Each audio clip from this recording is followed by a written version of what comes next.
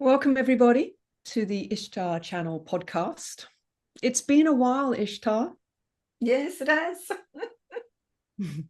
Few months. There's, Few months. it has been a few months, and how are you feeling? Because I know it's been a big journey, last few months for you. Yes. Well, going forward every day, new steps, new understandings, working those legs on wheelchair to crutches and hopefully, moving forward over the next few weeks. So still on the crutches, still with the boot, doing all that with the broken leg, but we're getting there. We're getting there. It's just a process which we're moving through. For those that are tuning in and perhaps don't know, Ishtar took a fall a few months ago and did a very good job at breaking that tibia and the fibia Yeah. and the ankle. And three places. Yeah. So now I have beautiful titanium plates in my leg after a couple of surgeries. Yes, fell down the garden stairs in the rain. So yeah, Yeah, in you the did a great dark, job. in the rain. Yeah, Yeah, it was all beautiful. it was all beautiful. There's been some big learnings there, I know, Yeah. but perhaps we can explore that on another Yeah, conversation. definitely. Yes. But today, we're wanting to explore what I still certainly see as some murky confusion out there, amongst our students at times. Certainly, I think amongst the general population when they're looking to understand themselves and understand their own GPS system. And the conversation today is going to explore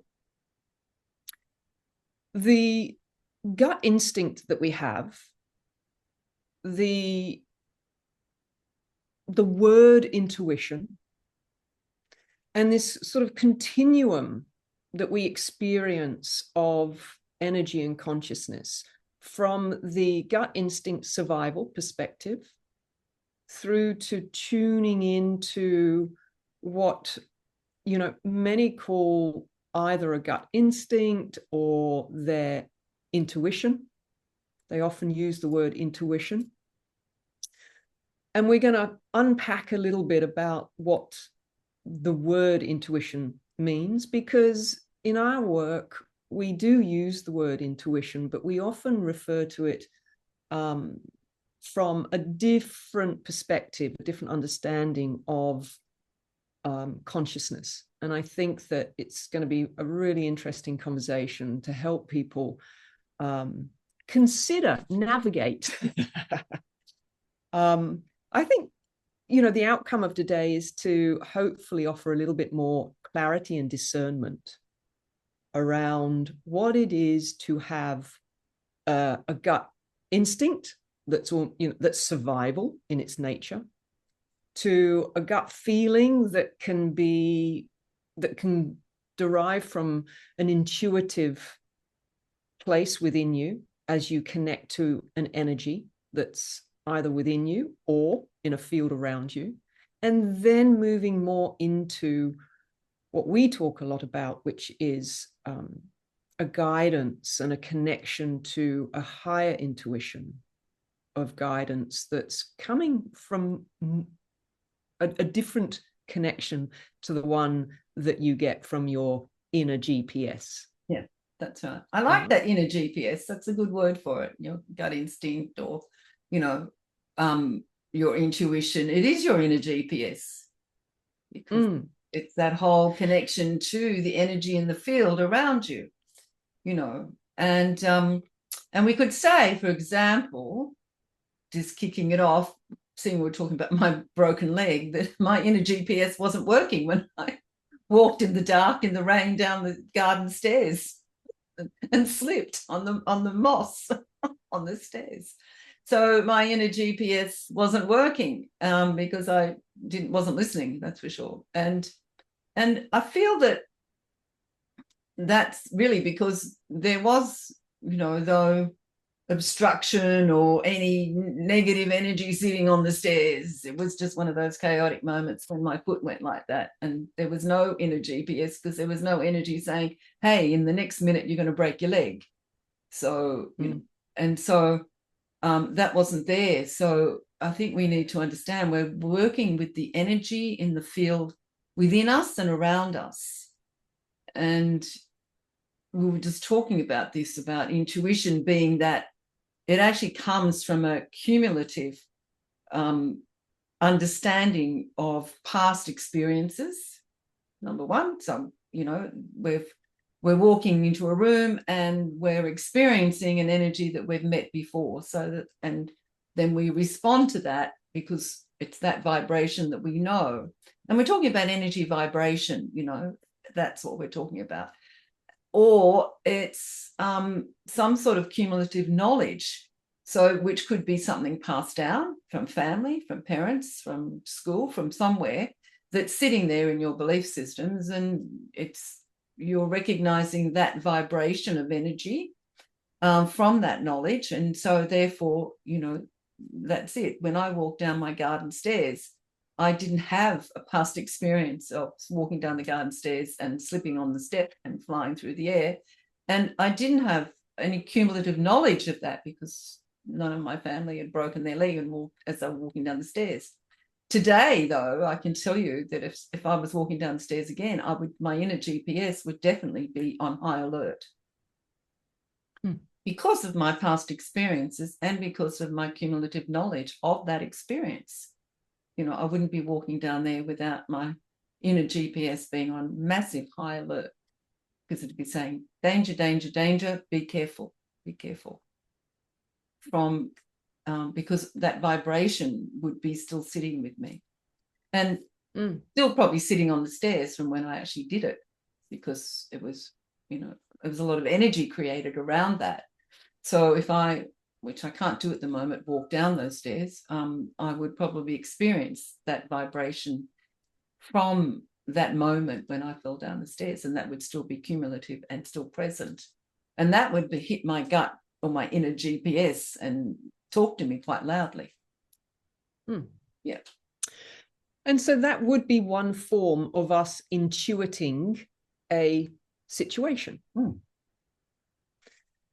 And I think that to help us differentiate between, you know, and we'll come on to this in a moment, speaking about intuition from a deeper connected place to your consciousness, rather than intuiting energy through more of our sensory emotions or sensory belief systems and programs and past experiences that are informing the present moment. True. So we've got, but I just want to interject, excuse me for a minute, to say there is that sixth sense that we have of energy vibration. Now, we just talked about this earlier. Every cat, every dog, every animal has that, and they use it all the time to intuit or to have the experience of their world. We as humans don't. We're not very good at using that inner GPS, which is actually tuning into the vibration of a person, place, or thing.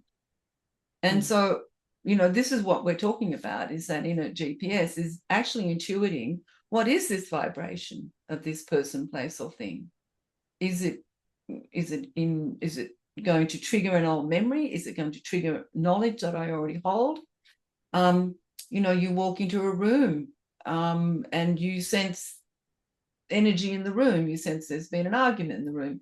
Well, you're intuiting that because you know the vibration of an angry energy, perhaps. If you walk into the room and you don't know the vibration of angry energy, you probably won't pick it up because you haven't got anything to relate to. There's nothing to compare it to. So you don't know what the vibration is. Maybe you sense the vibration is a bit dense, but you can't explain what that is. But if you know anger, the vibration of anger, and you walk into a room and there's a lot of anger in the room, you're going to immediately intuit, oh, there's an argument going on here, because you relate to that vibration. Yeah. And I think, you know, from that place, helping or having a conversation that helps the listener, unpack what do they do with that, because I think this is where the confusion can arise. Sometimes we can assume that what we're intuiting is right. Yes. We intuit, and from that place, we then make a decision based on that energy and based on the observation of that energy. And if we don't, and correct me if I'm wrong here, if we don't actually stop and take a breath and actually ask ourselves about that energy, what is it that I'm connecting to? What does that energy feel like it holds? Then if we don't actually ask those sort of questions, then we could go into essentially just responding or reacting to what that energy feels like. Sure. And that may not create a higher potential for us. It may not take us to well, every choice is an opportunity to learn, but it might not take us to a deeper understanding of what there is to learn. Yeah. Or a higher potential of that experience. Yeah. You might, for example, walking into an angry room and you like to avoid conflict, so you feel that you might assume the anger is directed at you or could be directed at you, so you feel unsafe because you're picking up on that vibration. So what do? You leave the room, and yet perhaps staying in the room you might learn something, or there might be something for you to stay in the room for that's not attached to that anger, but you're consumed by the feelings that anger, that energy, that vibration you felt is bringing up in your emotional state. And so you're going, oh, I think I better get out of here because I don't feel good. So I think there's this beautiful opportunity here for those that are curious, that are listening, for us to talk about how we can interact with that energy in a more conscious way, and then consider how do we interact with that energy to become more conscious of what it is perhaps that I am being asked to learn, or what is the higher potential for me in experiencing this energy. Yes. So that we don't just leave a room because it now feels uncomfortable, because we don't feel safe, and that's really a response to an old program that we're responding to. So what would be some steps or some guidance that you would give people that would help them to, take a moment, take a breath, let's ask a couple of questions? Yeah. And I think that's really important. Let's ask a couple of questions, which we don't do. We just act or react. We react to whatever that, when we connect with a vibration of energy that brings up a bad memory, perhaps, or a fearful memory, a sad memory, whatever it might be, or even knowledge or belief about whatever that vibration is bringing to us, then we react to it, and it becomes an emotional response, which is why people say, oh, it's my gut response. My gut's telling me get out of here quick. And yeah, it may be, but is it really telling you that, or is that just your reaction to connecting to old vibrations? So I think it's very important to really practice your inner GPS instead of just reacting to your inner GPS. I think it's really important to learn what is your inner GPS telling you, and what vibrations of energy are you responding to, because they're memories of past experiences or knowledge that you hold that could be cumulative, could be ancestral, could be family, could be something you've been taught, could be religious you've been taught, and so therefore you're just responding from that belief system or that past experience, and really to identify. So I think it's a really good idea to learn how to manage that gift, because it is a gift. You're in a GPS. We all have it. Everybody has it. A lot of people have it turned off. A lot of people just react to it, and tell everybody, oh, that's my guidance, but it actually isn't guidance. It's your connection to a vibration or frequency of energy, and how are you responding to that, and to decide, where your triggers are, because it's important. A lot of these reactions are triggers, and to learn what they are. So a good idea to learn that before those experiences, to ask questions. Take a breath. Is this a trigger for me? Is this an emotional trigger? What's the emotions coming up? Am I going into fear? Where's this coming from? Is it a belief? Is it a religious belief? Is it the religious beliefs create a lot of these triggers, by the way, that go back through the ages, not just this lifetime. Is it from a past experience? Is it, am I sensing this is from a past experience? For example, as a child, I grew up in a household where my parents fought. I mean, they used to scream at each other loudly. It was a very aggressive, angry household. And I can remember they divorced when I was about 12. But when, as I grew up, as I went into my teenage years and whatever else, whenever I went into a group and there was conflict, I would have to walk away. My whole emotional energy would come up, and I would have to walk away, because it would affect me on an emotional level. And that was my gut instinct: get out of here. So that was my response to the knowledge that conflict and aggression or anger is never very pleasant. And so for anybody that grew up in a household where there was a lot of maybe domestic abuse or violence or a lot of anger, then you would definitely have an inner GPS that would want you out of there, because you would have that emotional response.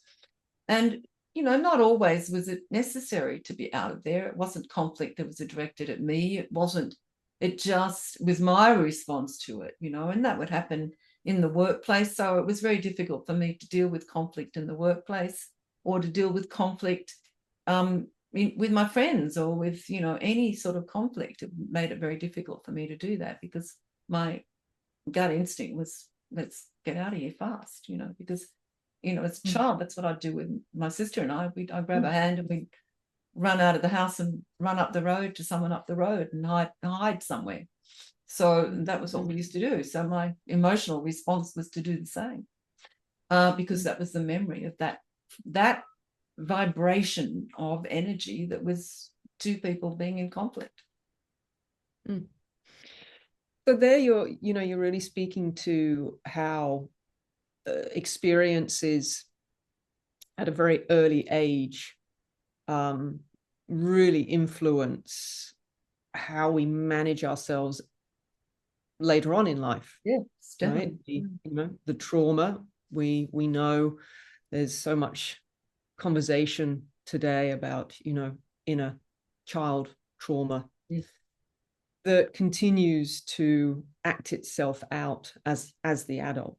And what's really being acted out is our response, as you've just beautifully explained, our response to an experience that we've had as a child that we're not equipped to be able to deal with.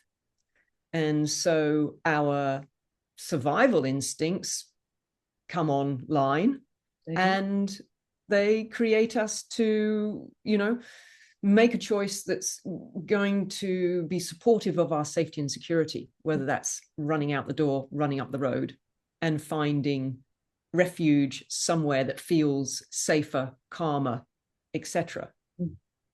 But it comes down to that energy, it always comes down to the vibration of energy. So for me, it was as soon as someone raises their voice, that remembrance of that energy because it's the vibration of the raising of the voice would come up, and I'd be like, oh, I don't want to be here. I need to be out of here, because I didn't want to be in conflict, in that energy of conflict.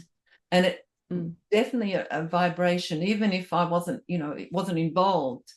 If I heard it from a distance, as soon as I hear that, relate to that energy. So it is, I come back to the vibration of energy. It's a resonance of energy that we relate to for all sorts of things. So what I'm hearing there is that to start to make choices in these situations that are more supportive for our potential and our growth and our learnings, rather than just reacting to that vibration, then we need to start having a relationship to ourselves, to that energy. So I've got three questions that are percolating. One is, what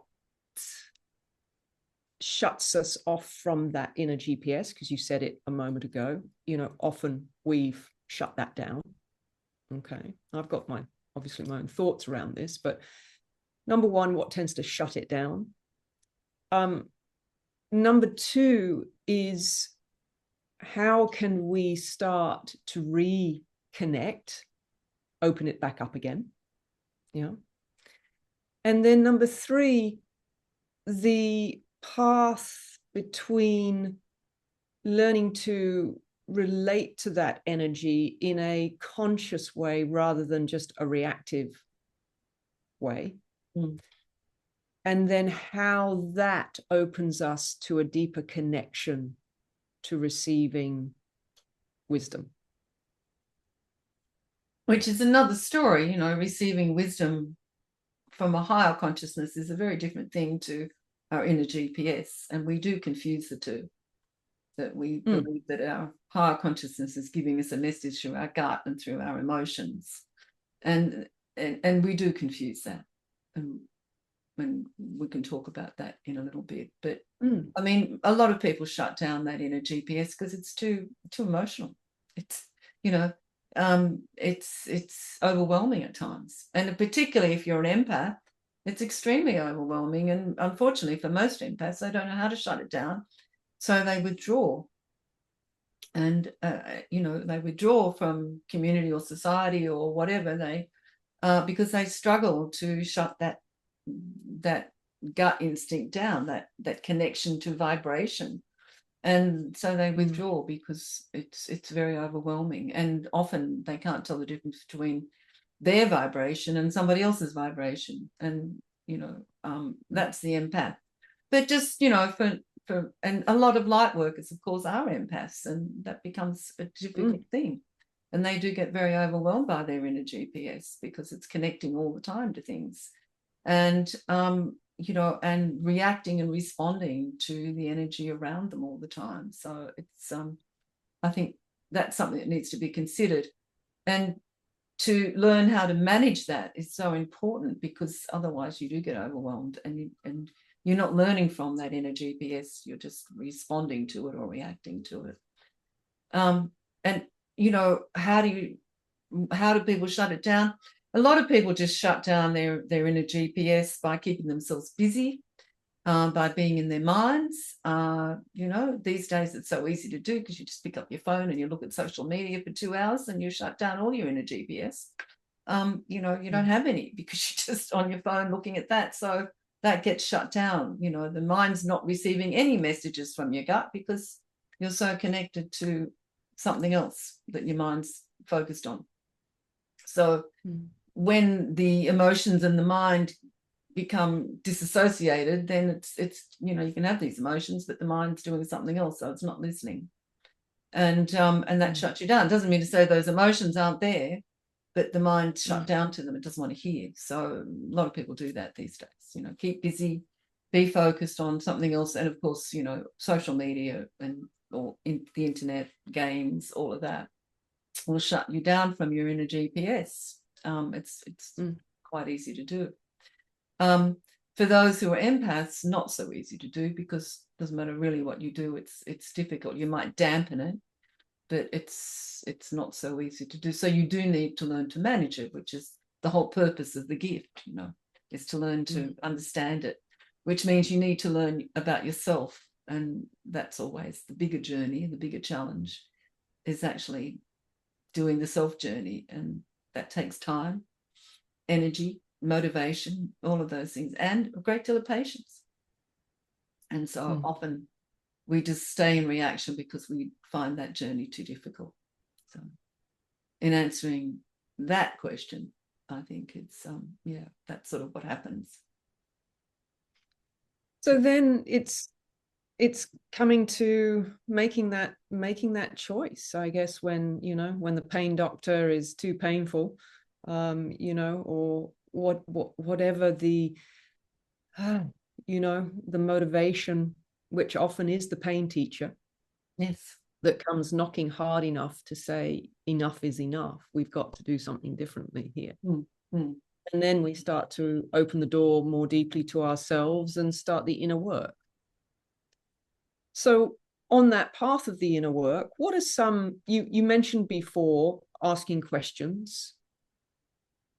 What are some of the things that can help us differentiate? Let's say we've been on our path for a little while. We've started to have some discernment for intuiting of an energy, and we've got some discernment that, oh wow, that creates me to feel this or that, and I'm sitting and contemplating what that is and what that means to me. And then we want to shift towards, okay, well, I've got some understanding, but what do I do with it? And is there anything for me to do with it? And where can I go to be more informed in a more conscious, connected way for what there is for me to do with this experience? Well, I think it's important to understand, as you call your inner GPS, or your gut feeling, or your intuition, your instinct, which is natural to every human being. We all have that gift. Whether we use it or not is another thing. I think it's important to understand that we all have it. I think it's important to learn how to work with it, and that it's part of our everyday experience. But then if you're looking for understanding it more, you need to learn to understand yourself more and how you're responding to that. And, you know, for example, you know, we all respond to people differently. You know, you have a gut feeling about so-and-so over there, and you have another gut feeling about the person in the room, and you have another gut feeling about that woman in the group that you're in. And so, you know, you need to look and see, well, why are you having those gut feelings? Instead of just assuming, oh, my gut's right, they're an awful person because I can sense that they're an awful person. And I don't want anything to do with them. And yet that person might be very much on your path to share something with you that could be really important, and you're missing out on that because your response, your reaction to your emotions that's coming up through your gut, because they're something about their energy reminds you of something you've already experienced. So it's probably a good idea that they're to understand what that is, because they're in your path to remind you of something. And maybe it's something you need to, you know, bring to the light and bring into balance in yourself, so you can resolve whatever that is for yourself. Secondly, as you walk on your path, you're looking for guidance. And so initially what we do, we go to our gut for guidance. We think our gut's going to give us guidance. It's going to give us the wisdom about our divine truth or our path. And yet it doesn't. It's not there to do that. It's there to help you every day in your life, to identify energy, to sometimes survive, because it's part of the survival process, you know, fight and flight. But it's not there to give you higher wisdom. Your gut's not going to give you higher wisdom, you know. And if you go to your gut all the time for higher wisdom, you know, it will probably guide you. If you've got a good GPS, it might guide you in the, you know, where to walk on the path a bit, but it's not going to give you that higher wisdom. To go to higher wisdom, you need to go to a higher consciousness, and that's not your gut. So your gut's still wrapped up in what's going on in the past, what's coming on in the present, cumulative knowledge, what you know, and your emotions. It's all wrapped up in that, which is beautiful, and it's all part of what we need every day to survive. But it's not your high guidance, it's not your high wisdom. Your high wisdom comes from your spirit, your soul, and it's about making that connection. And, you know, I've worked with students for many, many, many years, and we often have that where we go to a higher connection and we just want a message. We're always looking for a message. Please give me a message. Give me a message about this. Give me a message about that. And yet, what we forget, that spirit really isn't there to give you messages. It will give you higher wisdom about you and about your evolution and your growth. But it's not there to constantly give you messages about whether or not you should wear the red dress today, or, you know, how much money you should charge for your services, or it has no responsibility for that. And I know a lot of people believe it does, but it doesn't. Because, to be honest, it doesn't care. It doesn't care how much money you charge for a massage, or, you know, whether you wear a red dress or a blue dress. That's not its purpose, and it's not its interest. It's your interest, but it's not your spirit's interest. Your spirit's interested in your evolution as a consciousness. And whether you wear a red or a blue dress is not going to stop that evolution. Whether you charge $100 or $200 for a massage is not going to change that either. It really won't.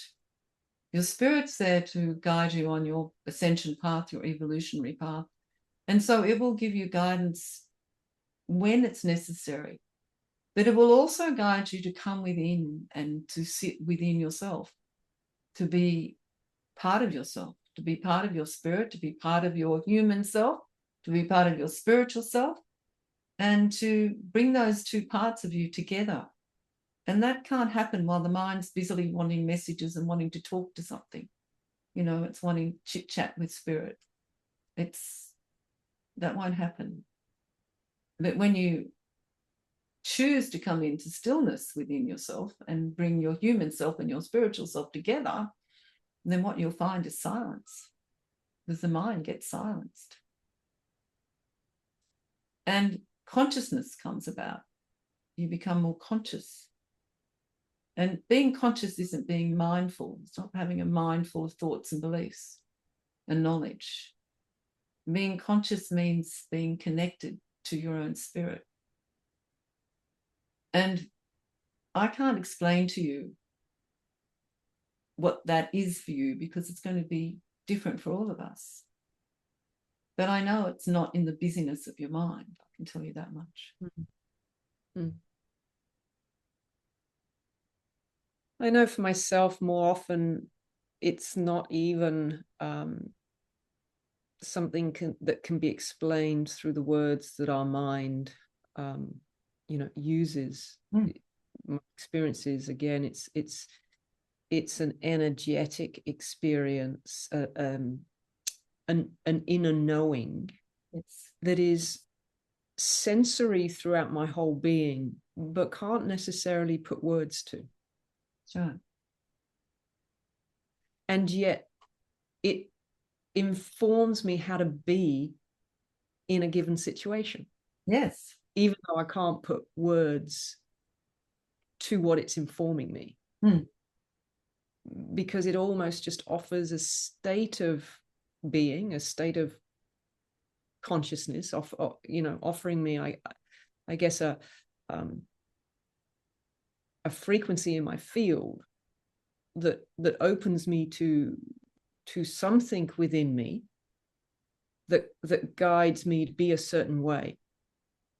Am I able to put words around that half the time? No. Can I explain it? No. Which is, I think, what is so challenging for us, because the mind, of course, wants the explanation, wants the nice formula wrapped up in a bow and made accessible in a way that our our mind that navigates this third dimension can feel comfortable in, and it just doesn't offer that. Right. And yet at the same time, it it really does offer you a way to navigate that field of energy that you're in. Yeah. I think for me, I feel that when that connection is made and I'm receiving from my spirit, as you said, it's a frequency, and it expands me. It makes my mind go very still and quite silent. There's no lots of thoughts going through, or what if, or what should, or all of that stops. And it creates a stillness within me that I find very comforting. And it does create an expansion. I feel that I'm expanded more, no longer just limited to the physical body, but more expanded. Yes, but and that in itself brings peace to me. And in situations when I need it, if I remember to open to it, of course, it's not just sitting in meditation all the time. It's about remembering to open to that connection, which once we've made it, we can do it any time. But it's a choice. And it is a choice. And I think this is where it comes also back to realizing that, we can't bypass the learning to connect, first of all, to the gut instincts and the intuiting of that field of energy. We can't bypass that learning and just jump to the connection. No. And connecting with spirit is a choice, whereas your gut instinct is not a choice. It just occurs unless you shut it down. It's there, in your face, telling you something through your emotions. It affects your emotional body. But first it hits your mind, and the mind's processing those emotions. Yeah. Whereas with spirit, there is no emotion, and you do have to make a conscious choice to make that connection. There's a difference. And I think that's also very important, again, as a reference point to the connection. I mean, at the end of the day, there is, when you are connected, you just know. Yes. When you're receiving from that place, you just know. And if you're not sure, then I'm pretty sure you're not. Yes. And if you're in your head and you're looking for messages and you're looking for, what, as I said, in this situation, should I run? Should I walk? I mean, all of those things, as I said, spirit doesn't really worry about. They're not what spirit's concerned about, or why spirit comes to you. You're here as the master here to do that, and spirit honors your mastery, and you have all the gifts within you to navigate this physical field of matter, and it's up to you to learn to use them and to come into mastery of them. And spirit will bring you the consciousness of how to do that, but it allows you to make those choices, because we all have free will. So it's definitely giving you that. That's a beautiful way to summarize and relate to that connection. Yeah. So what would you offer as a closing here? We've explored, most importantly, I feel the key message here is that there is a journey of self-exploration to come into an understanding of what you are connecting to through your natural inner GPS, that, as you say, is this system that we've been given to learn to come into mastery of the physical plane. Yes, and it is a gift. It's been given to all of us. Yes. Yeah. And that GPS system is here to help us navigate the physical realm, Yes. and to really understand your own GPS. That requires, yes, it does, it requires a choice. It requires us to come in and go, well, you know, it's time for me to start learning about a little bit about myself. Yeah. And for that, I need to perhaps find some guidance as to the sort of questions I need to ask myself. Maybe I need to go and get support from somebody who's walked the path that can help me understand the sort of questions I need to ask myself, contemplate the sort of things that I need to, rather than just making assumptions based on the energy I'm connecting to. And really start to open the mind and the curiosity.